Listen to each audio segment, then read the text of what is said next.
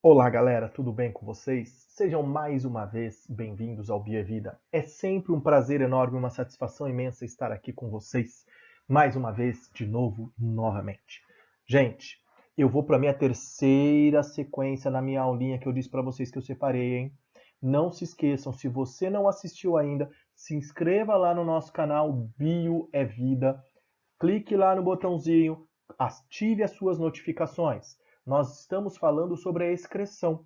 A primeira aulinha foi base sobre o processo de excreção de maneira geral, o que é a excreção, os animais, aquela condição básica.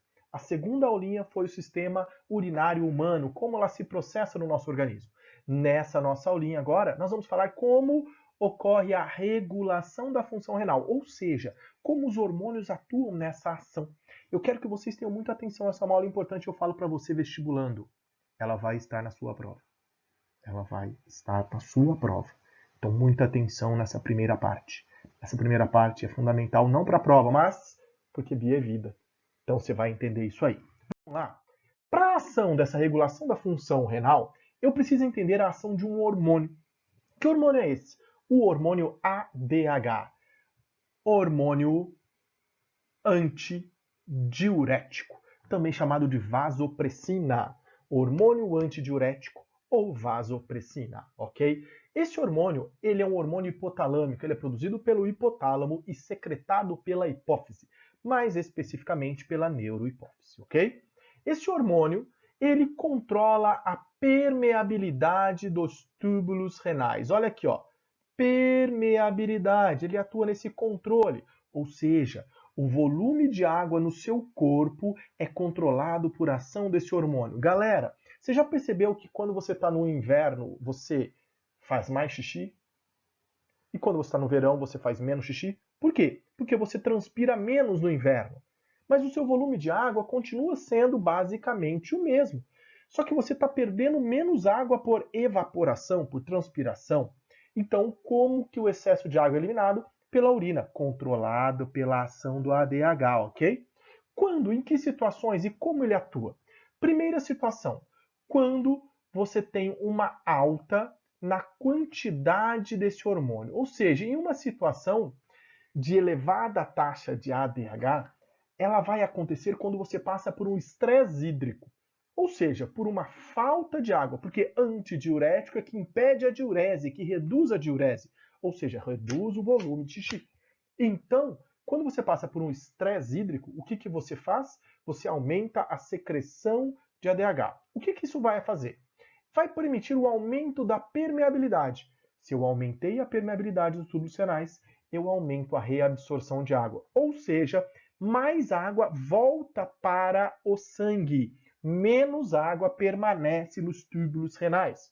Com isso, você diminui o volume urinário, formando uma urina concentrada, ok? Quando num estresse hídrico para evitar a perda excessiva de água, você aumenta a secreção do hormônio antidiurético. Em situações opostas, quando há uma redução do ADH, ou seja, uma situação quando você tem um excesso de água disponível no seu organismo ou algum evento externo, o que, que você faz? Ele diminui a permeabilidade. Consequentemente, menos água volta para o seu sangue. Ele reduz a reabsorção. Com isso, aumentando o volume urinário, você aumenta a quantidade de água que vai ser disponível para ser jogada fora. Com isso, você vai produzir uma urina mais diluída, uma urina com grande quantidade de água, ok? Então isso é uma ação de regulação. A ação equilibrada gera essa condição, belezeira? Tranquilo isso aí? Agora, galera, agora. Lembra que bio é vida? No seu dia a dia, o que acontece? Olha aí. Olha a cara do Mateuzinho de desespero. O álcool, vocês estão observando o que eu frisei? O álcool, ele atua inibindo, ele inibe a ação do ADH. Ficou horrível, eu vou simplesmente grifar para vocês. Ele inibe o ADH. Como ele inibe o ADH, o que acontece? Olha o camaradinha lá, ó. aumenta o volume urinário. Isso justifica o fato de você ir várias vezes ao banheiro quando não sob efeito de bebidas alcoólicas. Porque como o álcool ele sofre a inibição do ADH, o ADH deixa de ser produzido, deixa de ser secretado, e o rim não tem mais ADH, diminui o volume de ADH circulante no sangue, o rim identifica isso lá, a permeabilidade é alterada, você produz um volume maior de urina, ok? Por isso que quando você faz uso de bebidas alcoólicas, lembra, pessoas menores de idade não devem beber, e se você for beber, não dirija, o álcool é uma droga, por favor, não beba, ok? Beba água. Tranquilo? O álcool inibe esta ação.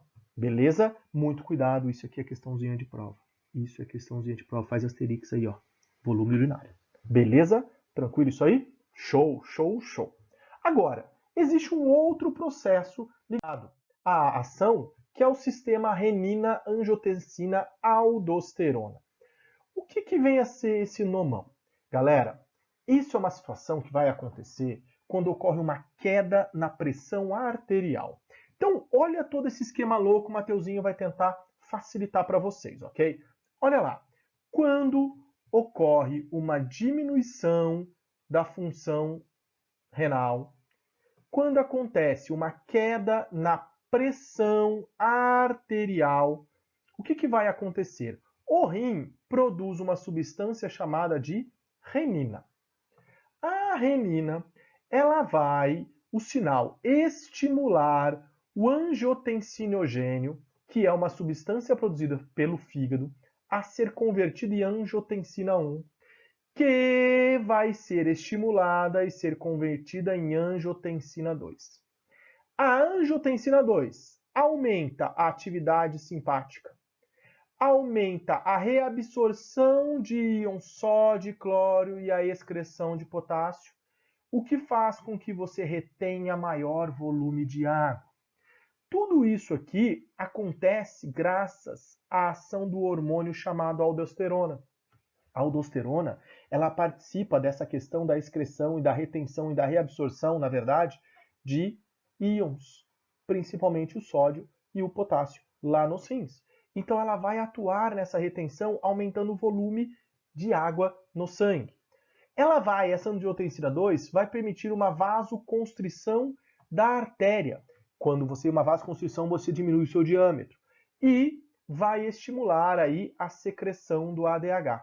Galera, tudo isso é para manter o volume de água no sangue e aumentar a pressão arterial.